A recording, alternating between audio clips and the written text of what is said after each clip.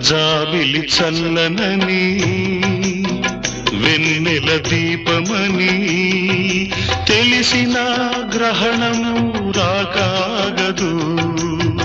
పూలు లలితమని తాకితే రాలునని తెలిసిన పెనుగాలి రాక ఆగదు. హృదయం అద్దమని పగిలితే అతకదని తెలిసిన మృత్యువు రాకాగదు.